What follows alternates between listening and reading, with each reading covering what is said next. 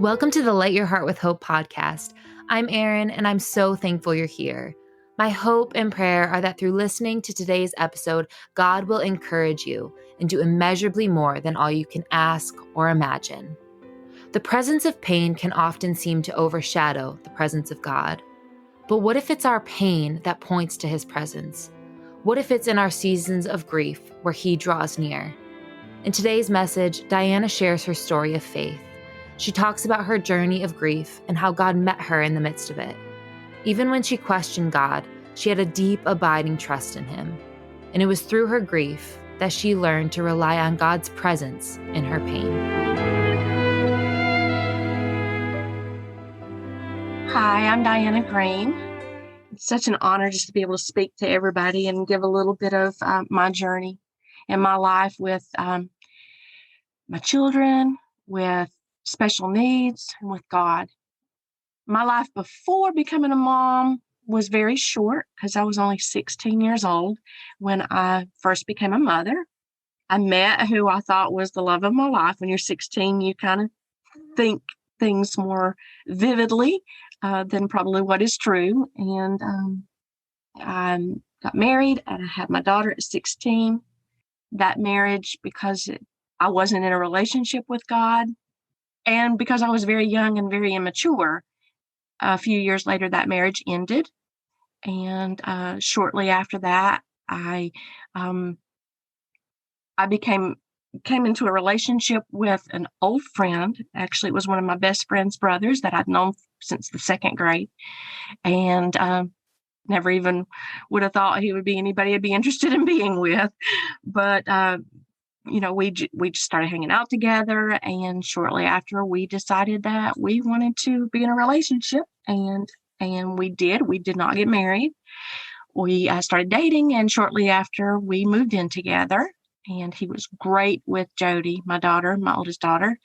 And you're just kind of thinking you're living the life. 18 years old, living the life, and not long after we moved in together, I found out I was pregnant. I was actually kind of not embarrassed that I was pregnant, but knowing that this was not right, that, jumping back into another relationship, getting pregnant out of wedlock, I knew these were not things that God would have wanted. I did grow up in a religious background. Didn't always go to church, but I knew God and I knew His commandments, and I knew things weren't exactly right. However, being young and immature, I just thought I was living the dream and went on with it. And again, I got pregnant, and I had my son Anthony. He was absolutely beautiful, come into this world as a beautiful, healthy baby boy. Excelled for those first 2 months, holding his head up sooner than my daughter Jody did. And as a mom, your children are different. They learn things at different times. So you just assume he was just more advanced, was gaining weight really well. So life seemed to be good. And honestly, it feels like in a week's time, our world just started crashing down. We started experiencing extreme crying, extreme irritability. Anthony would not eat well. So we did a month's worth of searching doctors, trying to go to his regular doctor, going to the hospital, just going anywhere we could, trying to figure out why is he different than Jody was. Jody cried as a baby, but it was nothing like that. You could clearly tell he was in pain. And we kept hearing he had the colic. And at this time I was 19, when you're 19, you know that you don't know everything. You think you do, but you don't. But I knew well enough that this was not colic. This had to be something different. I wasn't expecting something major. I just knew this wasn't colic.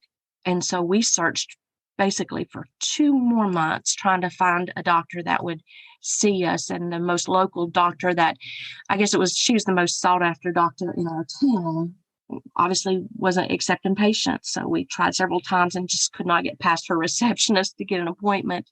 And fortunately, my father-in-law knew her husband and actually called him at home.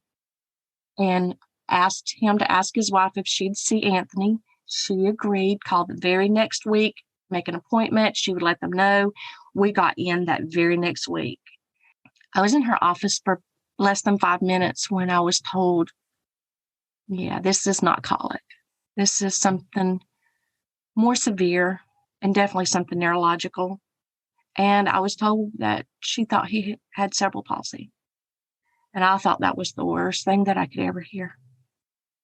I cried.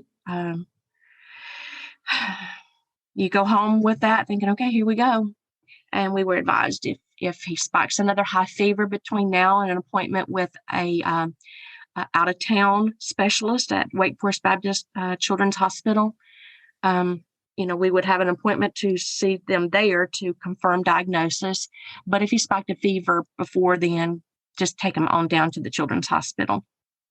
And he did. Just 2 days later, he spiked a fever of 105 and took him straight to Baptist Hospital. They did a spinal tap with a fever that high just to rule out meningitis. His protein levels were out the roof. I didn't understand any of that. And he was admitted for failure to thrive, just guessing, trying to figure out what's going on. And they bring geneticists in and start talking to us about a disorder that they called Krabbe disease. They explained that it was a lipid storage and explained to us that lipid was fat.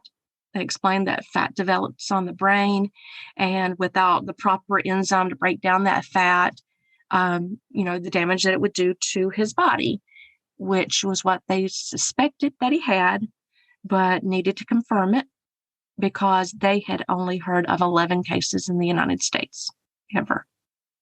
So in 1988, obviously that was extremely rare.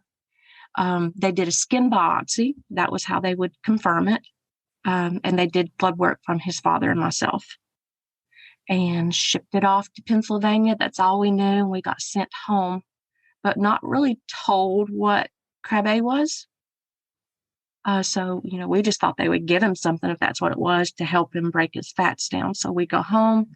Again, you're a 19-year-old with 2 babies, just trying to live, trying to keep him comfortable, which they did get him on some medicines to kind of help with the irritability and the spasticity. And then August the 5th, 1988, we got the telephone call of a confirmed diagnosis of Krabbe leukodystrophy. And we were told there was nothing they could do, and that they would help us manage his care and keep him comfortable, and that he would not make it to his 2nd birthday. Immediately, they put us in contact with agencies such as hospice, which came into our lives like a whirlwind. But they were very helpful in helping us to access things that I didn't know anything about. His doctor got involved. Matter of fact, the doctor, Dr. Bowman, who wasn't taking new patients but did see us that one time, took us on as her regular patient. And she jumped right in researching this disease she knew nothing of either, and had just had her daughter. So I can imagine things that she was feeling, watching my child go through something that's her child's age, roughly within a couple months of age. And, probably going home every day to a healthy baby girl. We managed the best we could. We had to try different medications. He was failure to thrive, so I had to learn how to put an NG tube down his nose, which I had to change every few days. And that's how he got his feedings. He became very, very stiff, like to the point where you couldn't pull arms out. He never got physical therapy. It was never suggested, and I would have never thought to have done that. There was a lot that I saw his tiny body suffer from. Holly suggested to sign a DNR, and seeing the pain that he was going through, it made sense not to let him suffer like that. January 22nd, 1989. We celebrated that first birthday, and it was just beautiful. February 21st, God called him home. And to that point, I was in denial. All these months I had denied, God can save him. I believe God can save him, and this is not going to happen. This is all, everybody's confused, and, there's going to be a miracle, and he's going to be okay. Literally up until he passed away, I really felt like something would intervene and he would not die. And I just remember thinking, God, why would you do this to me? I wasn't mad at him. I just didn't understand. So you start thinking, okay, I have a relationship with God and I have to keep going. I have a daughter and she needs me. I just have to go. So I picked up life and I started moving forward, and nobody talked to me about it.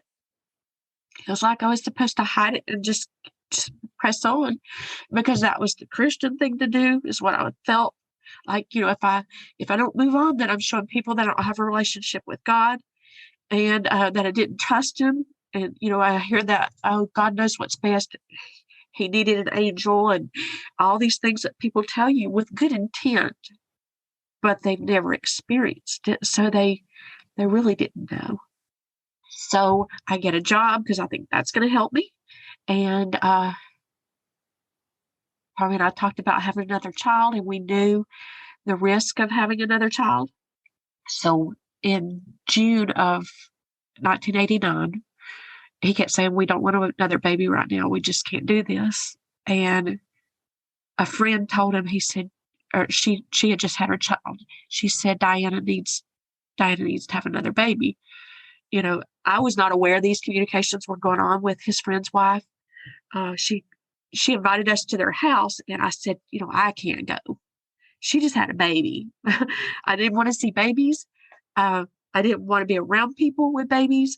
And if I was around people with babies or children and they talked rough to them, I'd get mad. Like, gosh, you don't realize you get to take your baby in bed at night and mine's gone. Why would you say those things? Or why would you yell at your baby? You just look at the world totally differently, and you see the harshness. And then you look back at yourself and think, I did that. I said things like that, and I can't take them away. I remember how sick he was, and we didn't know what was wrong. And I was like, would you please just go to sleep? Just, you cry out because you're exhausted. And we prayed that night, God, we want a baby. We know that you're not going to replace Anthony. We know that. But we started praying, and 2 months later, I was pregnant.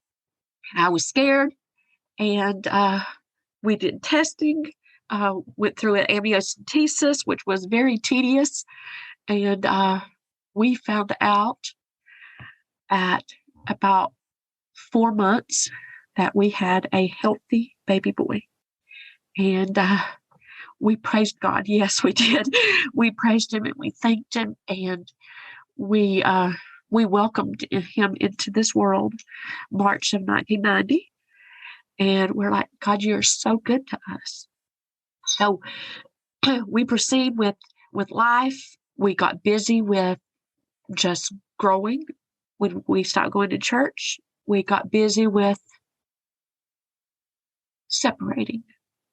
We started doing our own things, and things that was not of God. I mean, we weren't out drinking or doing drugs or anything like that, but we were just not walking a path with God. And it was clear in our marriage. We separated twice, and we got back together.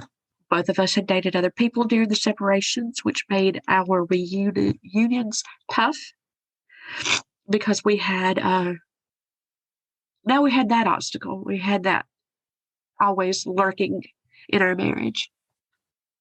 So we separated one time for 6 months, and I got pregnant during our separation.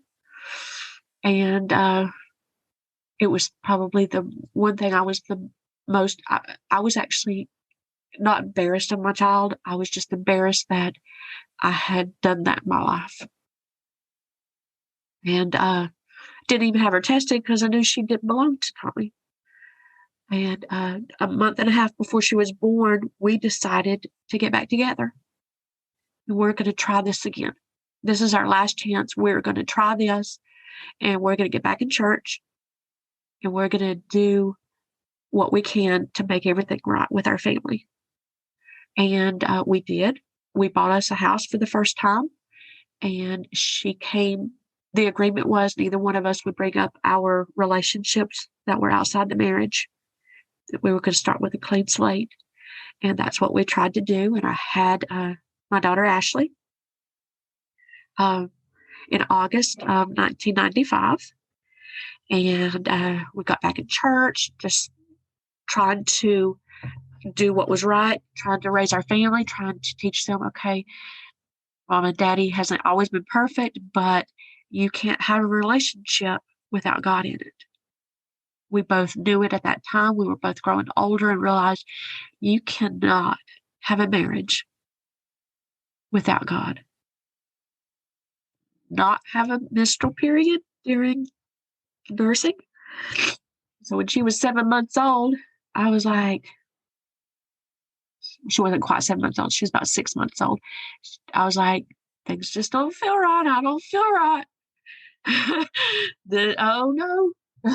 So I go for a checkup, and my best friend goes with me because Ashley's my 6 month postpartum. And my best friend goes, and she's like, you need to tell them. And so they did a pregnancy test, and they said, well, you're pregnant. And so I called my mom, that one that no matter what you do, even when they're mad at you, still can stick beside you. And I called her and I said, I'm pregnant. She said, I don't want to talk to you. Click. She hung up the phone. She did not want to talk to me. I knew from that telephone call what she meant. It's not that I was having another baby. It was that Tommy and I were having a baby. And why would we do that potentially to another child? Understood that. So just a few days, we set up an appointment for go to the hospital, or go to the doctor, do your testing, your first observation and all that stuff. And the weekend before that appointment, I was spotting. So I thought, okay, probably going to have a miscarriage. And I was to the point that I don't want to have a miscarriage. I really, as much as I didn't think I wanted another baby, God was giving me another baby, and I was excited about it. But I was like, God, whatever your will is, I'm going to accept it. And my thought was, possibly this baby has Krabbe, and God is going to go ahead and take this baby on to be an angel while it's inside me. And I thought, I'll accept that. And so I go to my first appointment, and I had stopped spotting. So my best friend, she's always the one that would go with me to help me with everything. And she's always the one to say, I'll speak up when you don't. You got to have one of those friends that'll do that. And she did. She's like, she's not going to tell you this, but she was spotting, and you guys need to check her. So they said the doctor wasn't actually going to see me that day because it was just that first visit, but he was going to want to see me. So go to lunch, come back. Go ahead, and we're going to do an ultrasound. Go ahead and bring you a videotape, and we'll do that. So we go to lunch, we come back. They start the ultrasound because I was so early. They did the vaginal ultrasound. I had never experienced an ultrasound like that before. And, there's quietness. I did see a heartbeat. So I was actually relaxed. And my best friend was out in the lobby with my daughter, Ashley, because she was still a baby. And the doctor comes in, and he proceeds with doing the ultrasound as well. And, they're just, nobody's talking, or they're just standing around. And I'm just watching. I keep seeing that heartbeat. And he speaks up, and he said, well, 2 very healthy heartbeats I see right there. And I was like, what? And I said, oh my God. And I said that like 10 times. And I know that wasn't right to do, but I just kept saying that. And I was like, please go get my friend. And she comes in there, and I said, look at that. And she looked at the monitor. She said, oh, you're having twins. Like, nonchalant. So on the way home, I called my mom. I called my mom and tell her, you know what she said? I don't want to talk to you. Click. She hung up the phone again. So I was like, now wait a minute. Why would she do that? And then it hit me because I know my mom and her faith, but I also know she witnessed her daughter go through pain. And I had to realize I'm her daughter. I was her pain, not me physically, but seeing the pain I was going through. And she just realized she's going to see her daughter possibly go through that again. So I understood that. And so I got home and I told Tommy we're having twins. And so we sat down and we talked about everything. We're like, what do you want to do? And I said, I don't want to go through amniocentesis because that's very painful. I would not terminate a pregnancy.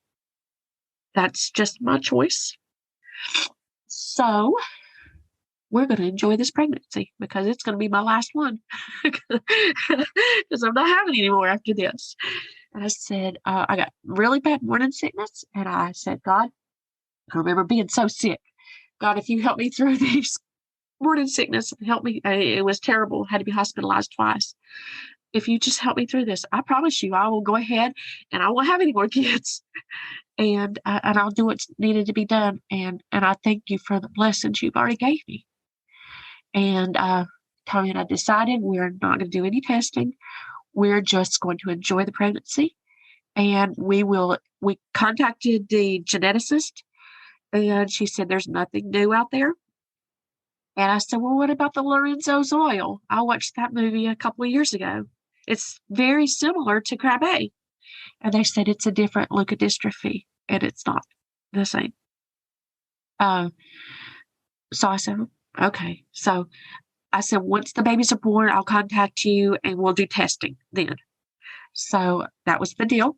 And I literally went full term. I had them 5 days before their due date. And I held them that night. And I knew Dalton had it. And it was on Halloween night, Halloween evening. We got the phone call. They said, Dakota is a carrier and Dalton is affected. And within a week's time, I start getting all this stuff. I'll get phone calls. I get papers sent to me. They are doing bone marrow transplants on Twitcher mice and on canine dogs. And they have yet to have a successful transplant for infants, but they are being performed. So I called the geneticist and I was like, why didn't you tell me about that? And she said, it's not been successful. I said, but I feel like you should tell me everything. I asked you twice for what's new out there. I said, but you know what? That's not the point. The point is I need to know where we can get this bone marrow transplant done. And she said, well, because this was in Winston. And so she said, Chapel Hill, which is just a couple hours from my home. I could put you in contact with the doctor there. So we start talking. They start giving me information. And, but I start looking up on the internet too. And I see that there is a doctor in Minnesota that has been doing these transplants. So we call him, Dr. Crivet. And literally he calls us back. I talk to him on the phone. I give him all kinds of information. He's like, how fast can you get here? Because at this time, Dalton was about 5 weeks old. And I said, we will get on a plane tonight. And he said, okay, start making your arrangements. He said, just going to ask you some questions. So my mom is getting all this information. We're trying to decide who's going to keep our other 4 children. But, you know, we know this is all going to work out, but my mom can't do it all. So we'll figure it out along the way. We're making arrangements. So we call and we try to get an emergency flight. So we're waiting on somebody to call us back. And Dr. Crivet calls back. And he's like, I'm going to be out of town when you get here tomorrow. You're going to meet this person, this person, this person, and, you know, kind of giving us an itinerary. And then he says, I have a couple more questions. And he wants to talk about Dalton's physical. He said, I need to know things that you see in him. I said, the only thing I see right now is his eye sometimes has a little twitch. And he said, it's too late. I said, what do you mean it's too late? He said, he's symptomatic. And he said, I won't do the transplant. He said, you can come here and I'll evaluate him. He said, but I don't think I'll be doing the transplant. So I cried. So I get on the phone. I just tell him, look, we'll call you back. We got some things we need to do. I called the geneticist. That's when I called the geneticist the next day and asked her why she didn't tell me about this. And she puts me in contact with UNC Hospital. They call me back a couple of days later, and we get an appointment. We're down the very next week, and they tell us to bring all the children for testing. And I said, well, not all the children don't have the same mom, dad. My daughter Jody and my daughter Ashley has a different father. And they said, well, we won't test them because probably they're not the same. But we did take Josh and Dakota. And so we go down and they test me, Tommy, Josh, and Dakota. And they call me back just a few days later and say, we have good news, we have bad news. Dakota is a perfect match. Bad news is your insurance will not do it because it's an out-of-network if you come to UNC. I'm like, okay. They said, but if you go to Duke University, your insurance will pay there. They had already checked it. It's 10 minutes down the road. I was like, I don't care. I don't care where you send us. And so we're just rejoicing. Thank you, God. Thank you, God. Just things are moving and you just know these are God. On December the 4th, 1996, Dalton was 2 months and 1 day old. We sent one child down. And until that very moment, I didn't realize I was putting another child at risk to save one child at risk to save the other. While she was in the OR, they were extracting her bone marrow. I looked at Tommy and was like, what are we doing? She could die in surgery. Why would we do this to her? He said, Dianna, he said, we both said we trust God. God has her. We had already killed all of Dalton's cells through chemotherapy. He was up there with 0 immunity. And so like when it came out and they gave her to me and I saw she was okay, I was like, okay. And I began to rejoice again. But for that hour, I went into like this darkness again thinking, why would you do this? What kind of mother are you that you would risk one child to save another? And I got her back and I thanked God. Because he knew he sent her with Dalton on purpose. And we go up and we have the bone marrow transplant, which, you think, what does this consist of? It literally looked like he was getting a blood transfusion. You start thinking all this surgical procedure of bone marrow transplants and all this. And I was like, this is so weird. And on day 5, he started growing cells. And on day 21, we went out of the hospital as an outpatient. He had full immunity. He had, everything was going. We had obstacles in the hospital for those 21 days after transplant, no doubt. Things that I wouldn't even want any child to go through. And I did question. God, if you're going to take him, will you take him now? Please don't let him suffer. I don't want to let him go, and I thank you for him. Please don't let him suffer. Take him now. If that's your plan, ultimately, just go ahead.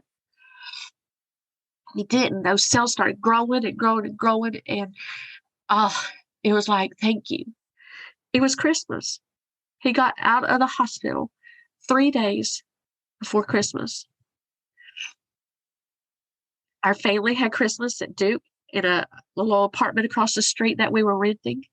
And our community, the hospital at Duke, they all rallied, and my children had the best Christmas ever. That is, 1996 was the best Christmas of our life ever. He just amazed everybody. we did all kinds of therapies. I learned so much through Anthony that I was on a mission with Dalton. And somehow I felt Anthony live through Dalton. And I never felt like any of my children replaced Anthony. We have birthday parties or birthday celebration every year. We have never missed a year. My children, the only child that knew Anthony but cannot remember him was Jody. The rest of my children came after him, but you would think they all knew Anthony at some point in their life because he has always been in our life. The good and the bad, I could talk about my kids forever. It's, I know we're not supposed to be prideful, but I'm so proud of them. I'm proud of Anthony. He came and taught me so much. He taught me how to be strong for Dalton, not just for my other children, but through him and through my young age of just letting people tell me what to do because I didn't know what to do. So I just trusted it. What they told me was the right thing to do. Maybe for the people telling me it was the right thing for them, but it wasn't always the right thing for me. You can't undo the past, and you don't need to hold on to the past of being angry of those decisions that you made. Especially, I realized that I made the decisions I made for what at that time I felt was the best for my child or for my family or for me. Or I wish I'd have done something different. We can't undo it, but we can use that to learn to go forward. We learn a lot from these paths, even when we veer off of them. We learn a lot that molds us into who we are. Anthony did that for me. He made me stronger. Through his life, I learned to be able to speak up and to speak out. And through God's love, I learned that that can be done with love. And it allowed me to fight hard for Dalton. But we got a telephone call from Duke Hospital that says, look, you know Jim Kelly. I've heard that name. And they're like, well, he is quarterback for the Buffalo Bills. I'm like, I know exactly what you're talking about. Hang on. I'm going to give you Tommy. He does football. I don't do football. So I give him the phone. I was like, do you know Jim? And he's like, yeah, I know. He's quarterback. I think he knew that Jim had just retired.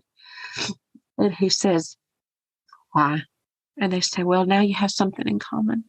His son Hunter was just diagnosed with Krabbe. My heart wept. And of course, my heart wept for Jill, this lady I did not know. And you hear of somebody whose name they're famous. You just know they're famous. I unfortunately knew that Jill was going to be famous for her child. And I immediately started praying, please comfort her. I did feel so much sadness for every child that I knew was not going to be translated because I had the other path with Anthony. Every single child I learned of that was going to be tested, I would get so excited. Please, God, please, please, please. But I had to realize that everything was in His plan. I have to accept that. And I pray, God, that you will help their family to accept their path. Be with them. Always let them know that you're around them because they can't do this without you. I was on a mission like, God, use us. Let Dalton inspire these families to see, where we could be because he was doing really well. Was he perfect? Was his body completely whole? No. But he was thriving. He was surviving. He was growing cognitively and physically.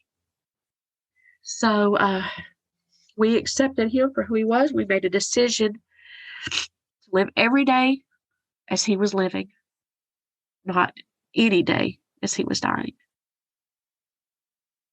And so we kept hearing words. We immediately got out there once we started seeing other families and we got ourselves a computer. We got online. We start researching and we find a website. Some people are talking, there's this little boy in North Carolina who's been cured. Well, I knew who the little boy was. And then there are people coming back and, so I finally present myself into the conversation and I told them, I don't know if I'll use the word cured, but there is a treatment. I feel like we as Americans, or we as human beings, we're never cured. No matter what we have, we're never cured until the day we're in heaven. That's our cure. So I had to learn that way. So we just go on, we start living. And next thing I know, you guys have started Hunter's Hope. And we get invited to come up there, and we get to meet these families. We're this group of, maybe misfits, if you want to call it. You feel like you're on the island of misfits because nobody else outside this group understands it. The quality of life that Hunter had was just nothing short of God and the loving family he had that had a mission to say, you know what? We're going to do everything we can with him and for him while he's here. That was inspiring to me, even though my son was talking. He was actually in school and, couldn't walk. Eventually, we got the wheelchair for him to help get around, but he even could move his wheelchair around for several years, just rolling with his hands. We had setbacks, and we saw them, but we chose to say, God, you know best. We're going to, okay, this is where we are now. What do you want us to do? And a lot of people have asked if I've ever been mad at God. I've never. I can honestly say I've never been mad at God. Being mad and questioning God, I feel like two different things. So I have questioned him a lot, and I know those are things that we can't get answered on earth. One day he'll reveal. But I've trusted him. I've trusted him to be there in my deepest, darkest grief. Even when I thought he might not be there because Satan told me he wasn't. After Dalton passed away, Satan really used my darkest grief to tell me that everything I knew about God was a lie.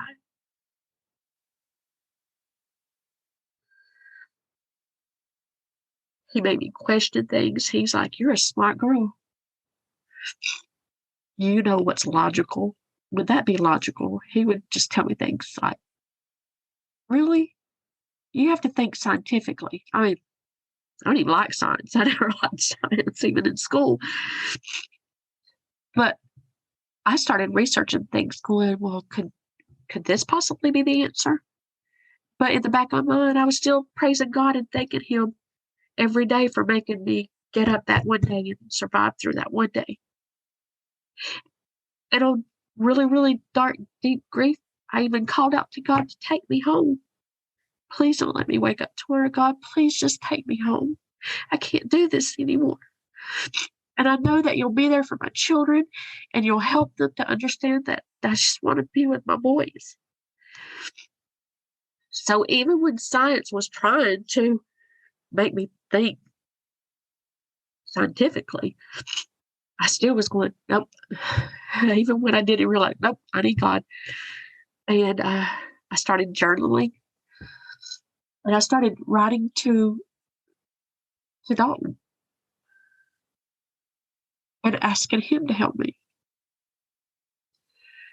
And I did that for probably 6 months before I realized that was just my angel.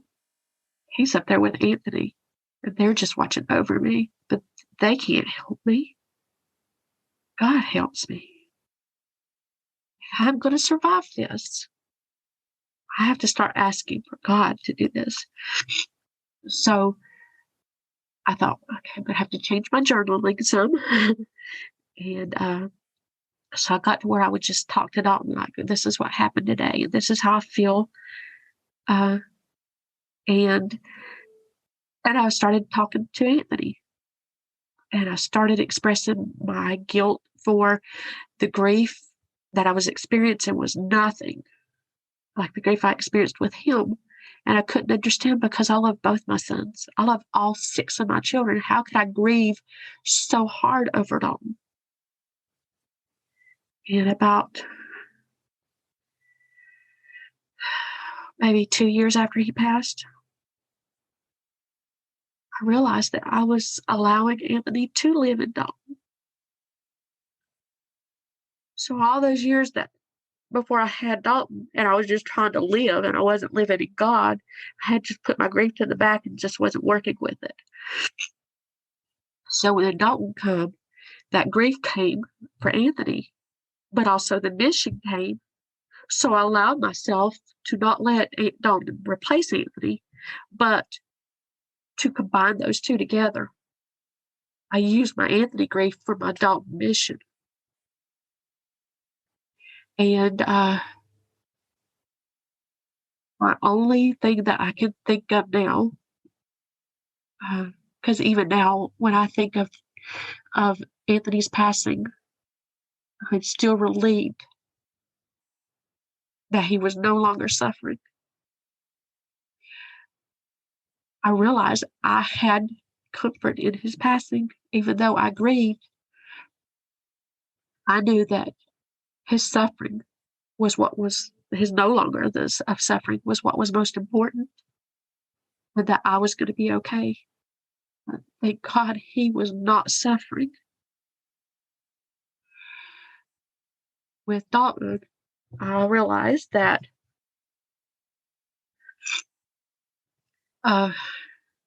20 days before he passed away, we were at the beach. We were coming home from the beach, and he had a wonderful trip to the beach. That came up on my timeline yesterday. A picture that I took of us going out to the beach, going, all right, world, here we come. And wear those big yellow sunglasses because that's his favorite color. And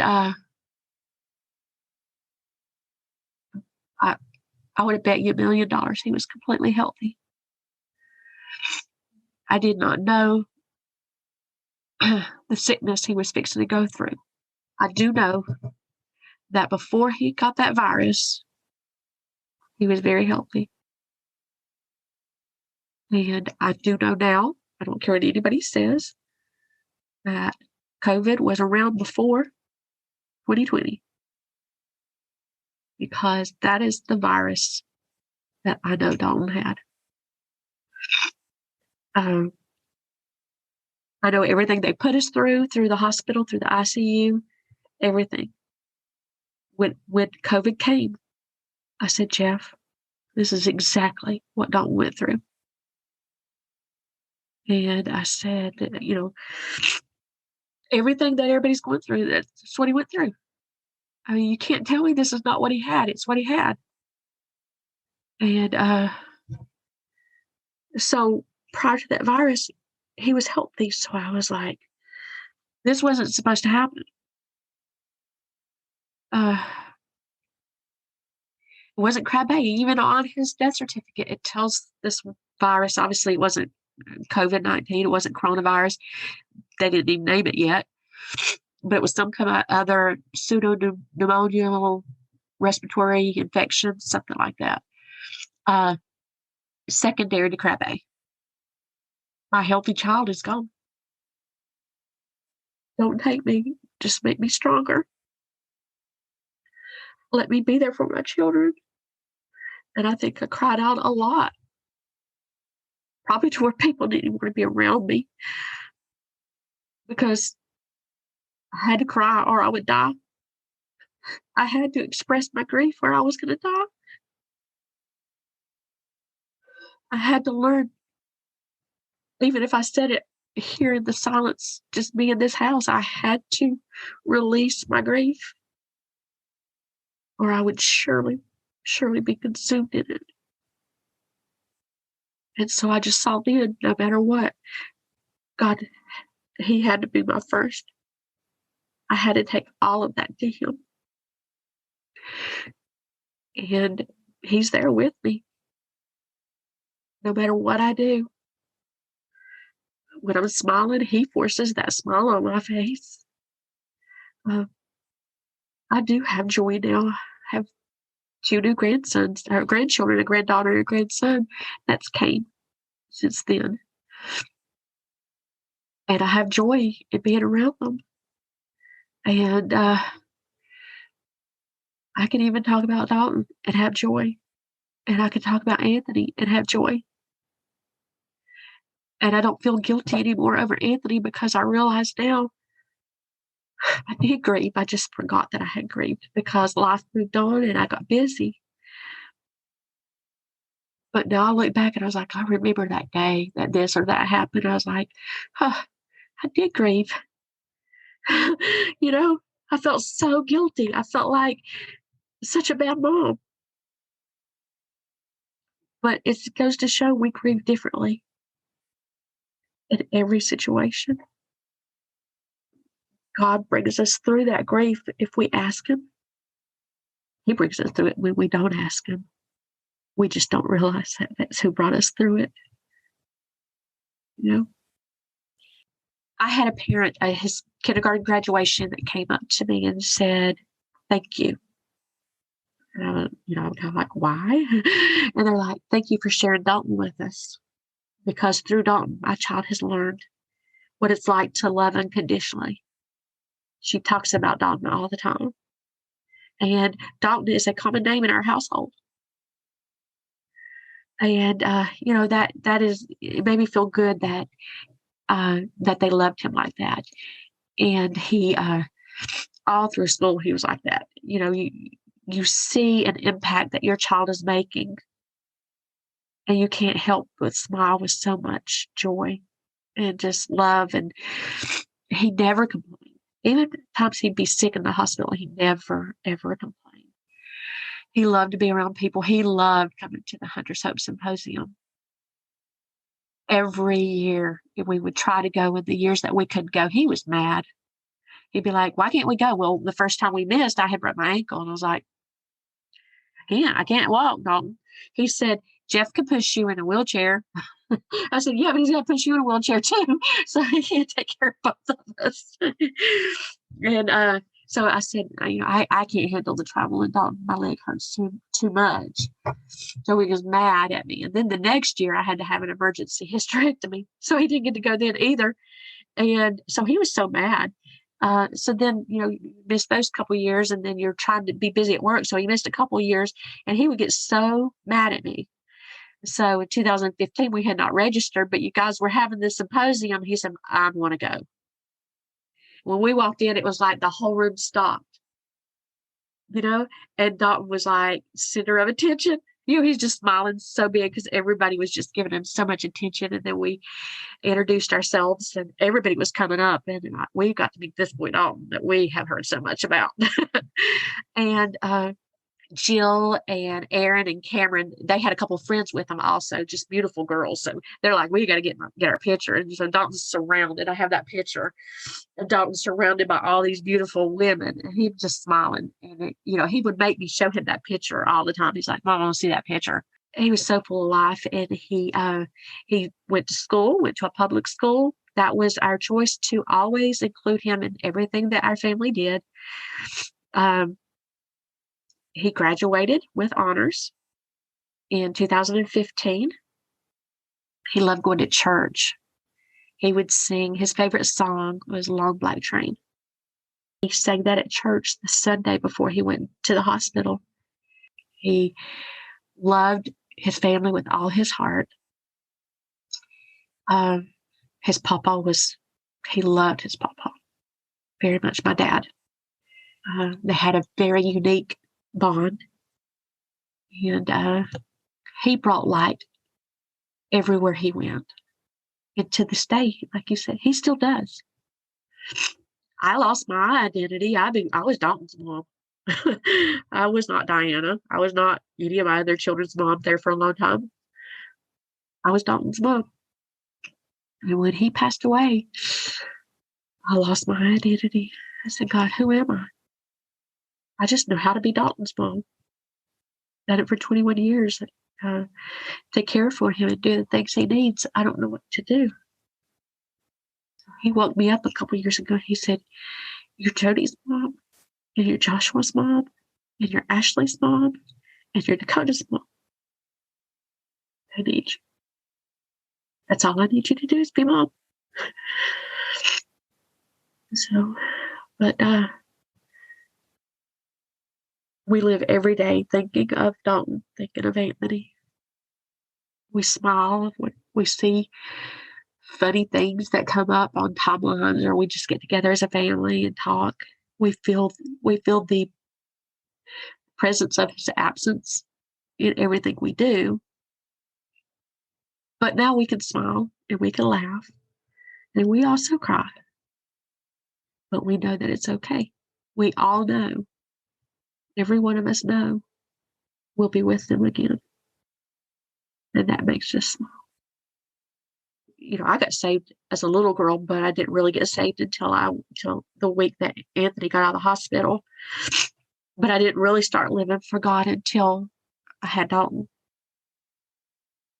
And that's when I realized, how important. So being around others who share that same relationship and is open to talk about it, because so many people feel like they are not allowed to talk about their religion or talk about their faith, or maybe they're shy because they need to fit into this other group.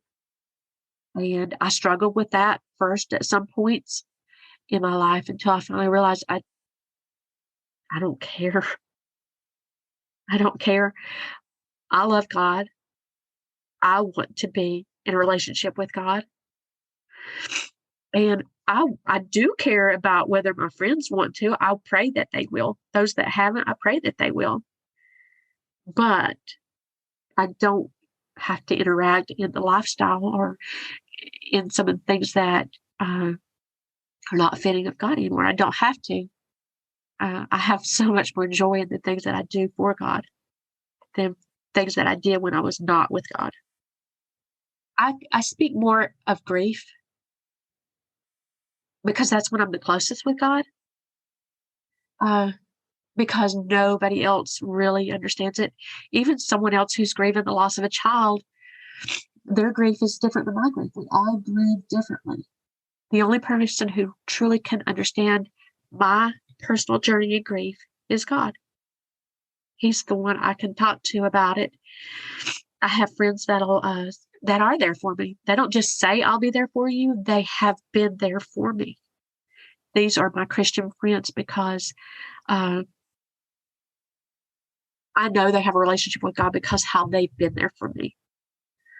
I know God has sent them there to be there for me at times that He's always there, but I need a physical aspect of His presence. So He sends that in the form of one of my friends, or in my mother, or my dad, and my children, and in my husband, who has been my biggest supporter, even though I was so mad at him for over a year for not being there at the moment I really had to make a decision that was the most important, when we had to choose comfort for Dalton. And Jeff had not gotten there yet. I was so mad at him. And I was mad at him for comparing his grief to my grief, because he'd lost his father and he had lost a sister. And I was thinking, you can't even know this grief. So when I speak to others, I want them to understand that everyone's grief is completely different. I can't tell you if my grief is stronger than somebody else's grief, because I've not walked their journey. I only know the grief of the loss of a child, and then unfortunately I know that twice. But I know through that grief, the one person who has never failed me, the one thing I can always count on, no matter what, is the presence of God. I can just sit and be quiet and just feel Him surround me. And I literally can feel in my heart love. And I would say to others, Don't be hard on yourself. Don't be hard on others who are really trying to help you. They're doing the best they can to help you for something that they don't completely understand. Embrace God and embrace His comfort. Seek to Him when you feel like there is no one there in your darkest moments. Cry out to God. He hears everything. Don't let Satan take that joy from you. He will try to reach in on your darkest moments and give doubt and steal joy. But I know from my own experience, when you cry out and say, you have no place here, you have no place in my life, you can leave. And God, I ask you to take him from me, take Satan out of my life, and you reign over my life. He will do that. He will give you a purpose. He will even give you back your identity when you feel like you've lost it. Seek to him in everything. And you're going to feel the presence of love. There's going to be times that grief is going to roll in like a tidal wave.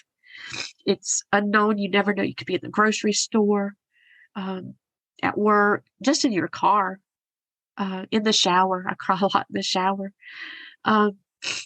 That grief will just come in. Go ahead and cry. Let that grief out. Don't let it consume you. It's okay to cry. It's okay to talk to others about how you feel, whether it's sad, whether it's mad, no matter what it is, get it out. You'll find peace in that. And then ask God, help me. Help me find joy again. He's going to give that to you. He will give you peace. He will give you rest. He will allow you to love again. He will allow you to find joy again and to smile again. And only he can do that. There's nobody else that can do that for you. Only God gives that back to you. And just ask him for it. Where have you seen God's presence in your pain? Where have you witnessed his goodness in the midst of grief? His faithfulness in the fire? God cannot bear to let you walk alone through the wilderness. His goodness overflows to meet you in your grief. He loves you too much to not be present in the midst of your pain. Thank you so much for being here. I hope that Dianna's story encourages you to share your own story. You matter. Your life matters. And your story can make an impact that matters for eternity. Make a difference today for someone who is fighting for their tomorrow.